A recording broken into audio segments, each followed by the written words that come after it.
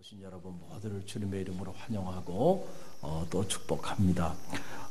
우리 옆에 있는 성도들 바라보면서 진심으로 이렇게 고백하며 인사했으면 좋겠어요. 기적이 일어나고 있습니다. 우리 옆 사람 바랍니다. 기적이 일어나고 있습니다. 할렐루야, 할렐루야. 기적이 일어나고 있죠? 성의 시간 하나님이 우리에게 얼마나 놀라운 말씀으로 찾아와 주고 있어요. 우리가 하나님의 음성을 듣는 것 자체가 기적인 줄 믿으시기 바랍니다. 할렐루야. 허탄한 기적에 마음 뺏기지 말고요. 하나님을 만나는 게 기적이잖아요. 할렐루야. 하나님의 음성을 듣는 게 기적이죠. 여러분, 그것보다 더 큰 기적이 어디 있겠어요? 썩을 양식을 위하여 우리가 구한다고 한다면 어찌 우리가 주님의 자녀일 수 있겠는가? 이제는 우리는 다른 사람들이죠. 썩을 양식을 기적 삼는 사람들이 아니고요.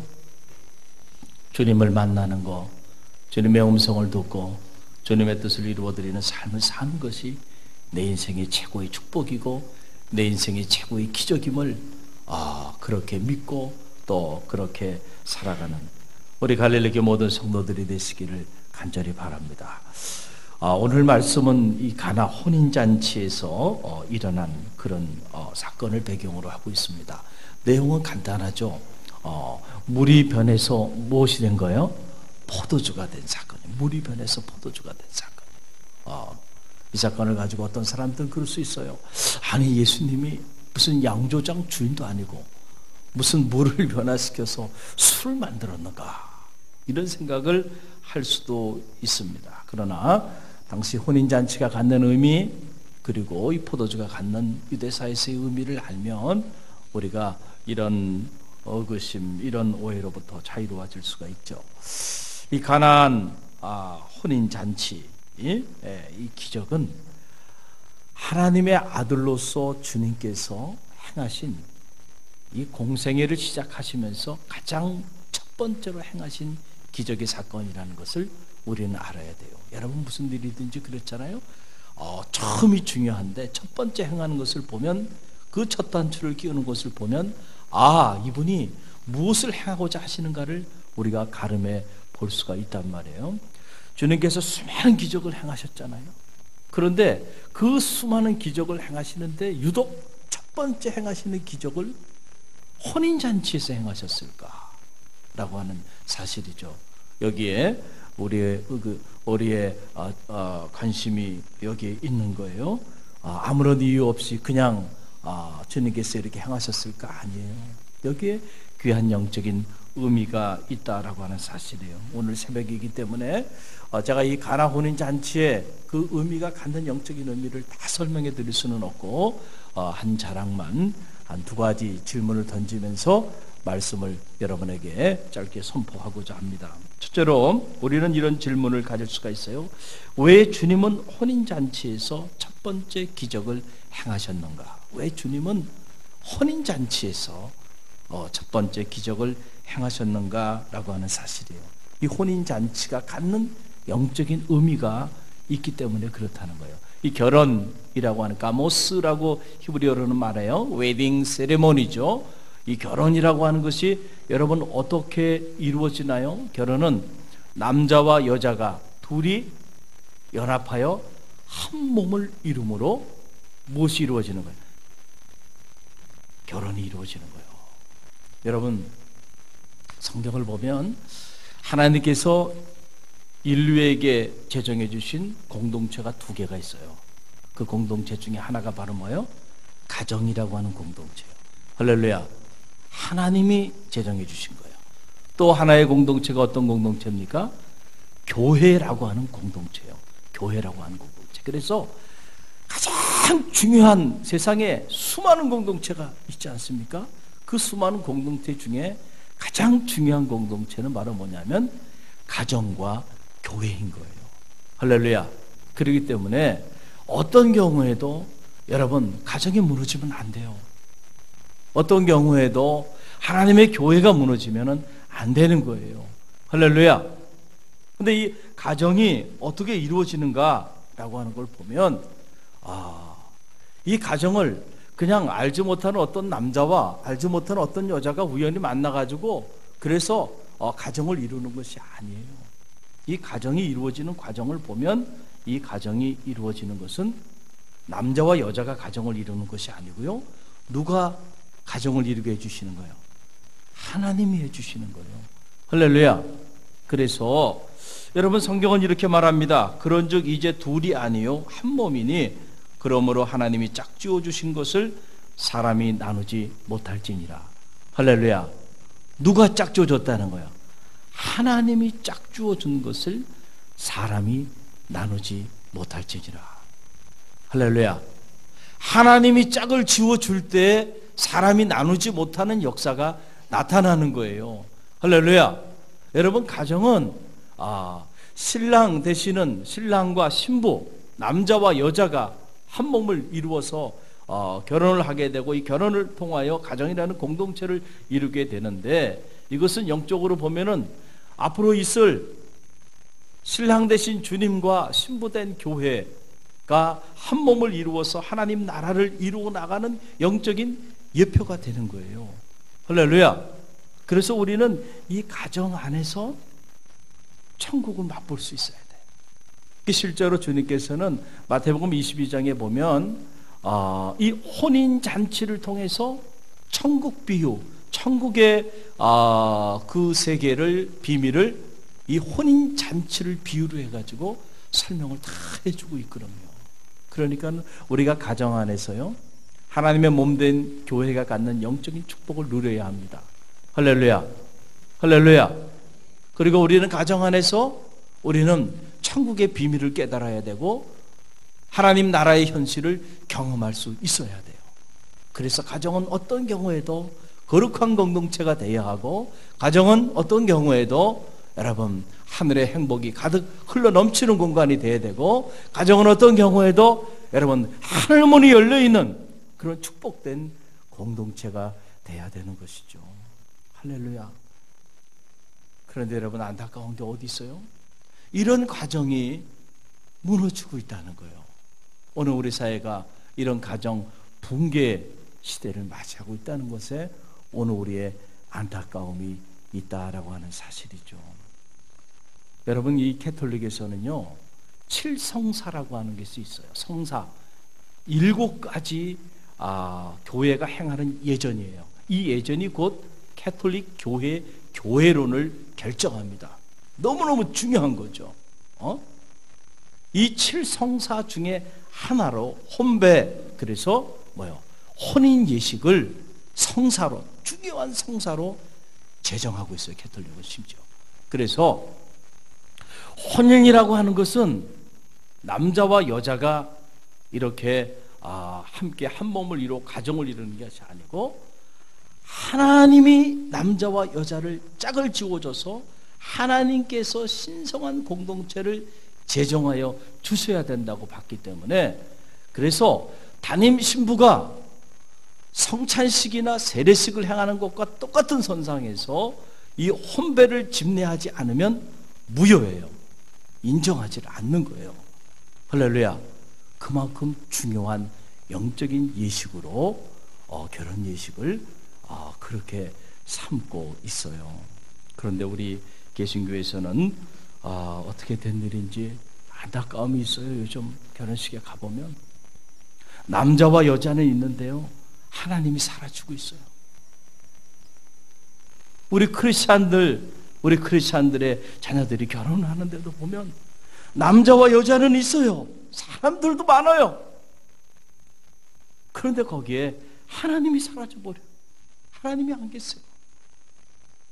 둘을 하나로 육체도 하나가 되고 정서도 하나가 되고 영혼도 하나가 돼서 거룩한 공동체를 만들어야 하는 그 일을 행하시는 이가 하나님이신데 그 하나님이 사라져버렸어요. 그리고 혼인 예식이 이벤트로 전락돼 버리고 말았어요. 그러니까 여러분 가정이요 붕괴되는 거예요. 가정에 남자와 여자만 있으니까요 좋을 땐 좋지만 환경이 바뀌고 상황이 달라지면요 금방 남남으로 상처 주고 상처받는 사이가 되고 말고요. 이벤트로 시작한 가정이요, 이벤트로 소리 없이 사라져버리고 만다는 거예요. 사랑하는 성도 여러분, 가정을 위하여 기도합시다. 할렐루야. 저는 우리 갈릴리 교회 가정들이 다 행복한 가정이 되길 간절히 열망합니다. 여러분의 가정이 행복해야 우리 갈릴리 교회가 행복해요. 여러분의 가정이 건강해야 우리 갈릴리 교회가 건강한 교회가 되는 거예요. 여러분의 가정이 거룩한 공동체가 돼야 우리 갈릴리 교회가 거룩한 공동체가 된다는 사실을 잊지 마시고요. 내 가정은 내가 지킨다. 할렐루야. 여러분들이 이런 영적 책임의식을 가지고요, 각자가 여러분의 가정을 지키는 그런 영적 파수꾼들이 되시기를 주님의 이름으로 간절히 축원드립니다. 또 하나, 우리가 이 가나 혼인잔치의 기적을 접하면서 우리가 갖는 질문 중에 하나는 이거예요. 자, 가나 혼인잔치, 그럼 혼인 예식이라는 것이 이렇게 중요해. 주님의 몸된 교회, 그리고 앞으로 도래할 하나님의 나라를 영적으로 예표하는 것이 혼인 예식이라고 한다면, 이렇게 중요한 혼인 예식인데, 이렇게 중요한 혼인 예식에 왜 포도주가 떨어지는 불상사가 일어났는가라고 하는 사실이에요. 여러분, 여기에 오늘 우리의 관심이 있습니다. 여러분, 유대사회는 이 혼인 예식을 대단히 중요하게 본 거예요. 그래서 혼인 잔치가 벌어지기 시작하면 이 혼인 잔치가 하루 이틀 이 잔치가 벌어지는 것이 아니고 무려 일주일 동안 계속 진행이 됐다는. 그래서 이 잔치가 벌어질 때 연회장을 주인이 세웁니다. 그리고 그 연회장에 사전에 1년 전부터 준비를 하는 거예요. 철저하게 준비하고 또 준비하는 거예요. 그래서 부족함이 없도록. 그러니까 우리나라와 정서가 비슷해요. 그런 면에서는 특별히 음식은 남아야지, 음식이 모자라면 은혜가 안 되는 거예요. 우리도 그렇잖아요. 우리가 잔치를 벌려놓으면 음식이 남아야 은혜가 되잖아요. 남아서 가는 사람들도 좀 싸주기도 하고 그래야 넉넉하지. 갔는데 음식이 그냥 다 모자라가지고 먹다가 말없고 말이죠. 그러면은요, 그 잔치가 아닌 거예요. 그러니까 풍성하게 준비를 하는 거예요.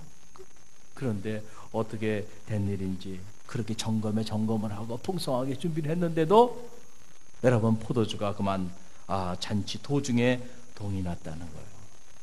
여러분, 여기서 포도주는 우리가 지금 생각하는 포도주와 개념이 다르다는 거죠. 우리나라는 이렇게 산수가 아름답고 이 청정수가 그냥 흘러넘치는 금수강산에 우리가 살아가고 있어요. 얼마나 감사한 일인지 몰라요. 여러분들이 한번 여행을 한번 가보세요. 제가 이렇게 웬만한 나라들은 다 다녀봤는데 우리나라처럼 이렇게 아름답고 나무가 있고 산이 있고 강이 있고 물이 있고 특별히 이렇게 청정수가 흘러넘치는 이런 나라를 찾아보는 것도 쉽지는 않은 것 같아요. 여러분, 유럽에 가도요, 물이 좋아요, 안 좋아요? 안 좋아요. 저는 지금도 상처가 있어요. 에비앙이라고 하는 그 물인데 호텔에 들어갔는데 그 에비앙이요, 이렇게 호텔 테이블에 2병이 이렇게 있더라고요. 그래서 저는 이거 공짜로 먹으라고 하는 건가 보다 하고 먹었더니요, 7불 달래. 7불. 야, 7불 안 놀라세요? 야, 그래서 에비앙이라는 에비앙이라는 게 이게 먹어서는 안 되는 물이구나. 아니, 어떻게 물도 한 병 공짜로 안 주고, 그것도 말이죠. 어떻게 7불이나 말이죠. 이렇게 비싸게 상처가 됐어요. 그 물 다 사먹어요. 그러다 보니까 사람들이요, 독일에는 이렇게 웬만한 음식을 시키면은 그 음식과 함께 뭐가 같이 제공이 돼요? 맥주가 제공이 돼요. 맥주가.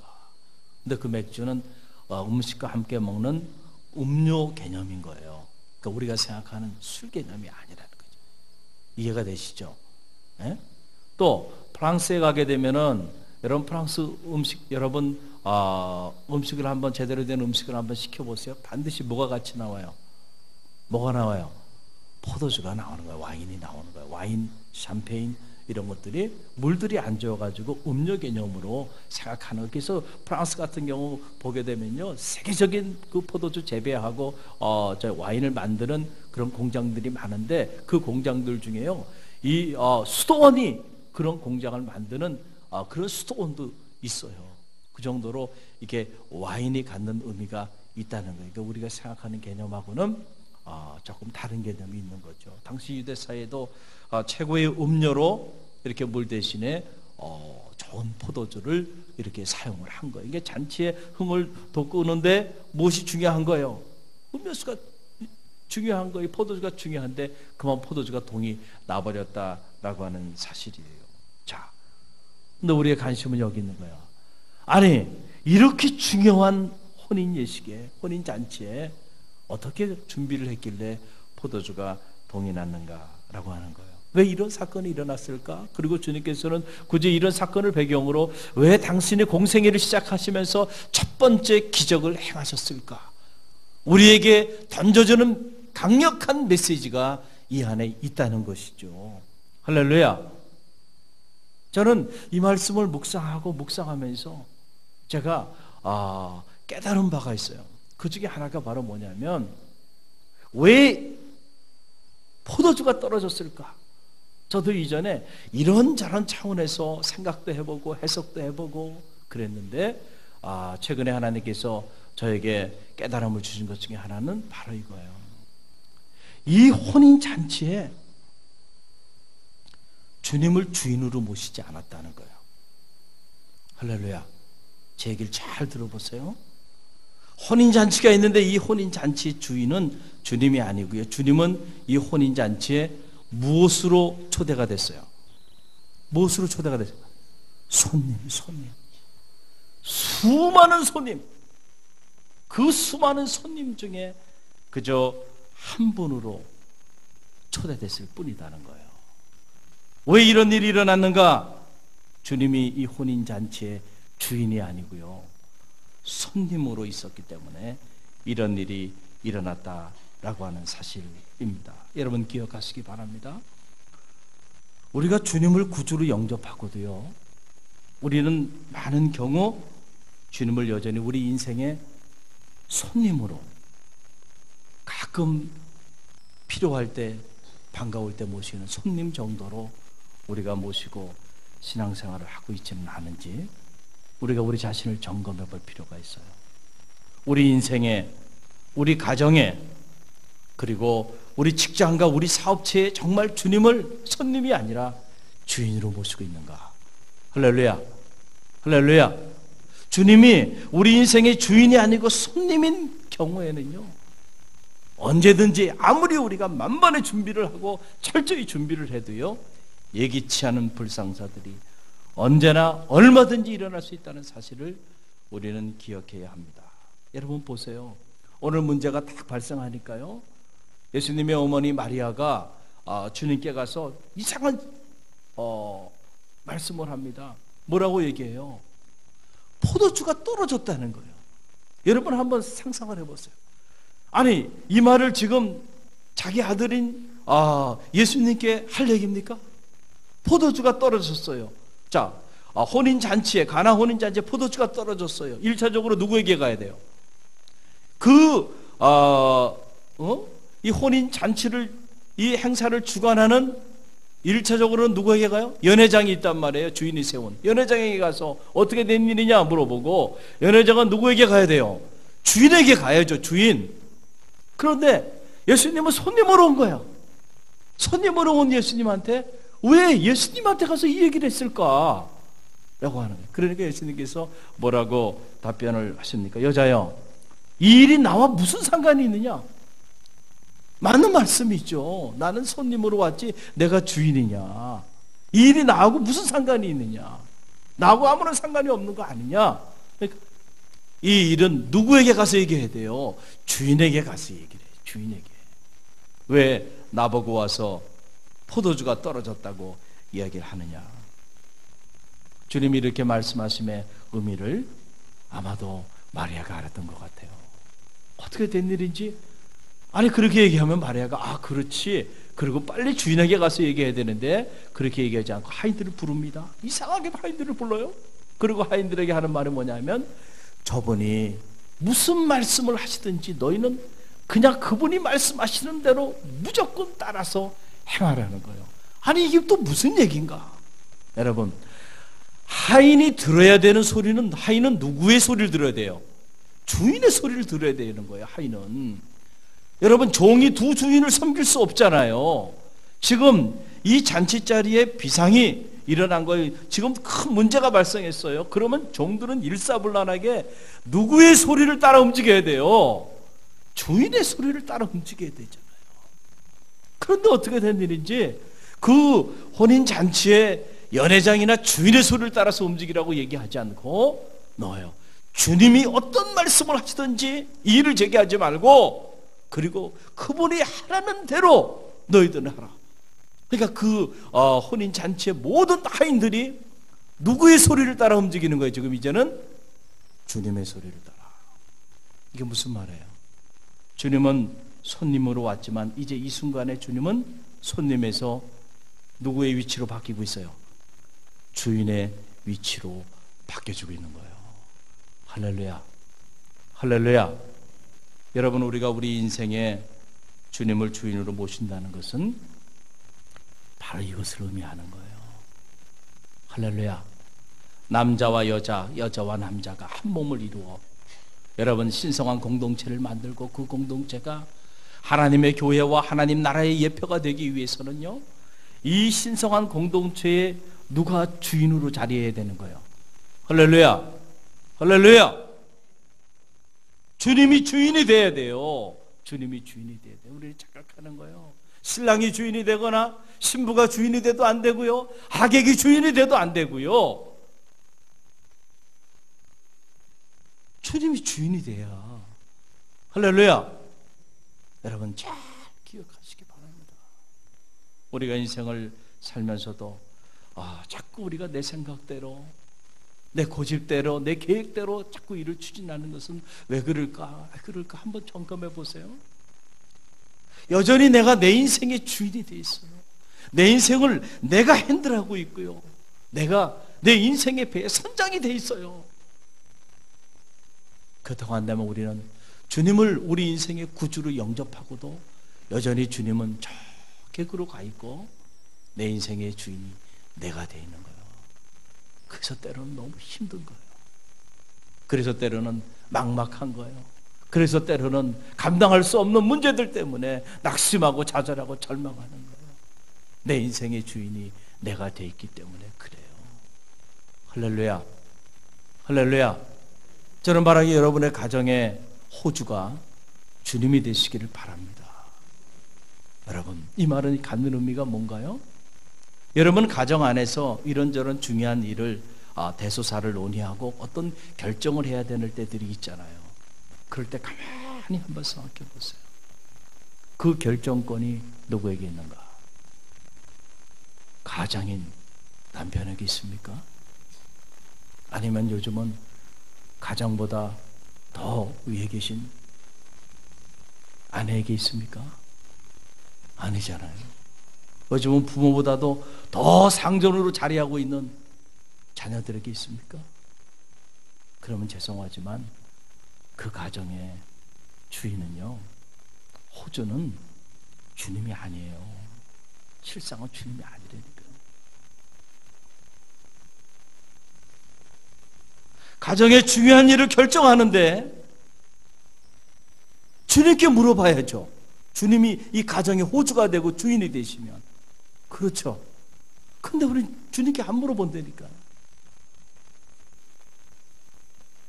남편이 결정하거나 아내가 결정하거나 아니면 부부가 결정하거나 아니면은 아이들을 따라갑니다.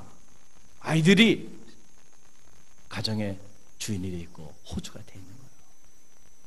그러니까 가정에 문제가 있는 거예요. 여러분의 가정에, 여러분 주님이 여러분의 가정의 주인이 되시길 바랍니다. 여러분 우리의 사업체도 한번 생각해 보세요. 사업을 하시는 이들도 마찬가지예요. 여전히 여러분의 사업의 CEO가 경영주가 여러분이라고 한다면 참 어려울 거예요. 어려울 거예요. 그것이 하나님의 기업으로 성장하기는 어려울 거예요. 여러분, 주님을 여러분의 사업체의 CEO로 모십시오. 할렐루야. 할렐루야. 그렇다고 한다는 얘기는 무슨 얘기예요? 그냥 가끔 생각날 때 여러분 주님을 모시고 주님의 의사를 물어보는 게 아니고요. 크고 작은 모든 일들을 수시로 보고하는 거예요. 수시로 보고하고요. 중요한 일일수록 결정권을 누구에게 줘야 돼요? CEO가 결정해야 되잖아요. 그러니까 CEO에게 다 나와서 주님께 묻고 또 묻고 주님이 결제 내리면 그렇게 따라 움직여야죠. 그래야 주님께서 그 기업체의 CEO가 돼요. 주님께서 그 기업체를 어떻게 해요? 운영하여 주시는 거잖아요. 우리가 너무 중요한 것들을 놓치고 있어요. 내가 내 인생의 주인이 되고 내 가정의 주인도 내가 돼 있고 내 사업체의 주인도 내가 돼 있으면서 하늘문을 열어달라. 하늘문이 열리겠냔 말이에요. 주님을 주인으로 모실 때 하늘문이 열리는 거예요. 할렐루야. 여러분, 우리 감리교는 성직자가 되는 길이 참 까다로워요. 장로교와는 다르게 장로교에서는 그냥 목사고시를 보면 목사고시만 패스하면 위아래도 없고요. 그냥 다 똑같은 목회자가 되고 말아요. 그러나 감리교는 참 어려움이 많아요. 시험도 봐야 되고요. 또 이 수련 목회자 시험은 갈수록 어려워요. 근데 수련 목회자 시험을 통과했다고 끝나는 게 아니잖아요. 또 계속 설이 또 준의원 1, 준의 제 때는 준3, 준4 그리고 준의원 5년급 돼가지고 정회원이 되고 정1부터 정10까지 진급하고 진급할 때마다도 다 시험 보고 교육받고 시험 보고 교육받고 이걸 다 해야 돼요. 그게 정회원이 다 꼭지가 떨어져야 그 다음에 감리사가 될 수 있는 자격이 돼요. 이번에는 그걸 또 강화해가지고 정회원 꼭지 떨어지고 2년 더해서 정회원 12년급이 돼야 감리사가 될 수 있는 자격이 있고요. 그 계급에 따라 어떻게 보면 진급하는 그 과정에 따라 교단 안에서 할 수 있는 직책이 또 다 이렇게 결정이 돼 있어요. 이해가 잘 되지 않는 구조죠. 일반 이 개신교하고는 다른 그런 구조를 가지고 있는데 이 수련 목회자들 이제 시험을 통과하고 나면 또 논문도 내고 설교문도 이렇게 작성해서 내게 하고 그 심사를 해요. 그걸 가정고시위원이라 그래요. 그래서 저도 서울연의 자격 과정 고시위원으로 이렇게 있는데 수련목 전도사님 심사를 하는데 어느 한 목사님이 이제 설교문 심사를 이렇게 하는데 전도사님 한 분한테 이런 질문을 하는 거예요. 전도사님, 엽기서의 주인공이 누굽니까? 그랬더니 이 전도사님이 생각하기에 너무 간단한 질문을 던진 거 아니에요? 엽기서의 주인공이 누구예요? 그러니까 욥이죠? 그랬더니 이 목사님이요 바로 화를 내시면서 어떻게 욥기서의 주인공이 욥이냐고. 그러니까 설교문이 이따위죠. 아무리 성경을 읽어도 이렇게밖에 설교문을 못 만들지. 어떻게 욥기서의 주인공이 욥이냐? 하나님이지. 할렐루야. 할렐루야. 우리가 성경을 읽어도요 성경 안에서 하나님을 만나야 되지 않나요? 성경을 읽는데 하나님의 말씀이 성경을 읽는데 아브라함도 있고 다윗도 있고 욥도 있고 여호수아도 있고 다 있는데 그런 사람들만 보인다고 한다면요, 여러분, 우리는 정말 안타까운 삶을 살고 있는 거예요.